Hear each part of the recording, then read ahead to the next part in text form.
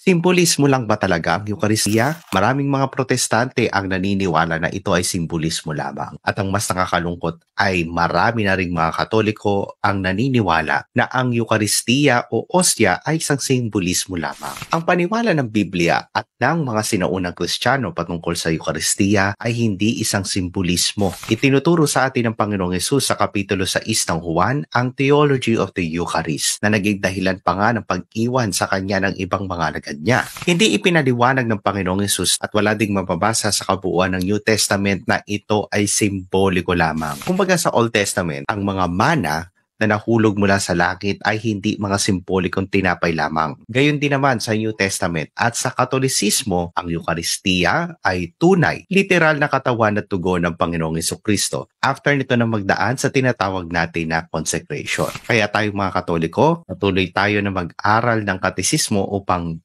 matuto tayo ng mga mahalagang bagay ng ating pananampalataya, especially ang Eukaristiya. Ingatan nawa tayong parati ng Panginoon.